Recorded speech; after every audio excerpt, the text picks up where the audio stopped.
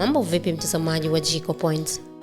Sikukuu za mwisho wa mwaka ndio hizo zimekaribia. Je, umejipangaje kudhibiti gharama za chakula na vinywaji zinazoweza kutumika msimu huu?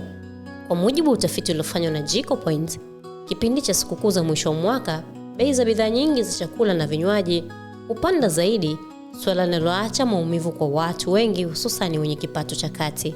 Mara kadhaa kupanda huko kwa bei kunachochewa na kupaa kwa mfumuko wa bei na bidhaa za chakula pamoja na kuongezeka kwa mahitaji, yani increase of consumer demands. Sasa kama wewe ni muhanga wa kutumia gharama kubwa katika msimu huu, basi makala hii ni kwa ajili yako, ambapo tutaangazia mbinu zinazoweza kuokoa fedha zako na kupunguza maumivu ya Januari.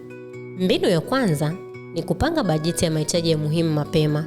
Kwa kuwa sherehe nyingi za mwisho wa mwaka huambatana na chakula na vinywaji, hatua ya kwanza itakayokusaidia kupunguza matumizi ya pesa ni kupanga aina ya milo, vinywaji pamoja na gharama zinazohitajika. Baada ya hapo, fanya manunuzi ya bidhaa za jumla.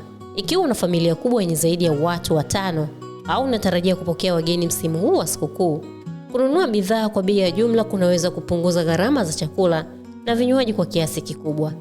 Mfano, bidhaa muhimu kama mchele ambayo huuzwa kwa shilingi 3500 kwa bei ya rejareja unaweza kuuziwa kwa shilingi 3000 hadi 2800 kwa bei ya jumla. Si chakula tu, hata bei za vinywaji vya jumla ni tofauti kabisa na ile unayonunua rejareja ambayo hutoboa mfuko wako zaidi. Baada ya hapo, fanya manunuzi ya mahitaji ya mapema. Msimu wa sikukuu ndio kipindi ambacho baadhi ya wauzaji wa bidhaa hupandisha bei za chakula. Kwa wauzaji hao kipindi hiki ni neema, lakini kwa wanunuaji ni maumivu, kwa kuwa hulazimika kutoboa mifuko yao zaidi ili kuweza kupata huduma hizo. Ikiwa unatamani kupunguza gharama za chakula na vinywaji msimu wa sikukuu, mbinu ya kununua mapema inaweza kukusaidia kuokoa kiasi fulani cha fedha.